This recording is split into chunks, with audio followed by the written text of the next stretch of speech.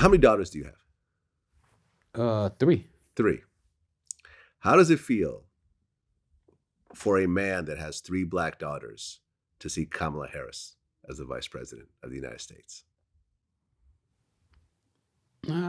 I never really equated her to my daughters, but the fact that she's there, I'm glad.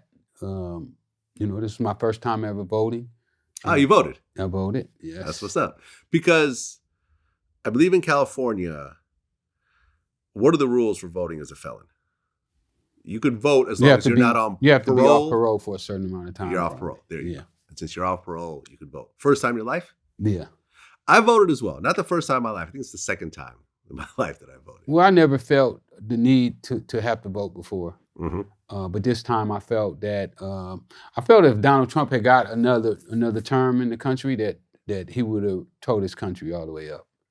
I agree. We'd have been in shambles. I agree. So I felt there was a need for me to get out and vote, and also spread the word that we should get him out of there. I agree. And the one thing that I had forgotten, since I hadn't voted in like 20-something years, is that you're not just voting for the president. There's a whole bunch of local stuff that you're voting for. Yeah. The judges, laws when it comes to prison, a lot of stuff that really people should care about. And it's funny how when I talk to certain guests who say, well, I'm not voting, I'm never voting. And I'm telling them all this stuff, like, oh, listen, you got a racist judge in your county, you can vote him out, right? And they just didn't even know. They had no idea that you could do that. Yeah. And yet these judges stay decade after decade while the people who they're hurting the most just don't vote. Yeah. Isn't that crazy? It's crazy. But why do you think that is? Well, they don't see the importance of it. Most of us feel like it don't matter who's in the White House. Anyway, they're not going to do anything for us. So why even bother? I mean, that was my attitude. Yeah, well, I think after this election, people have gotten a lot more political.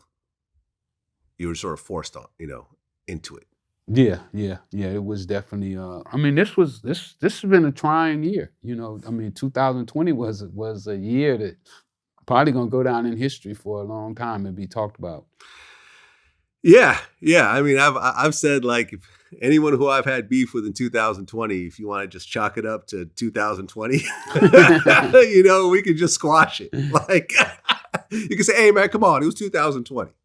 Come on. And I'm like, all right, that's a good excuse. Yeah. 2020 is a good excuse. All encompassing to get you over it.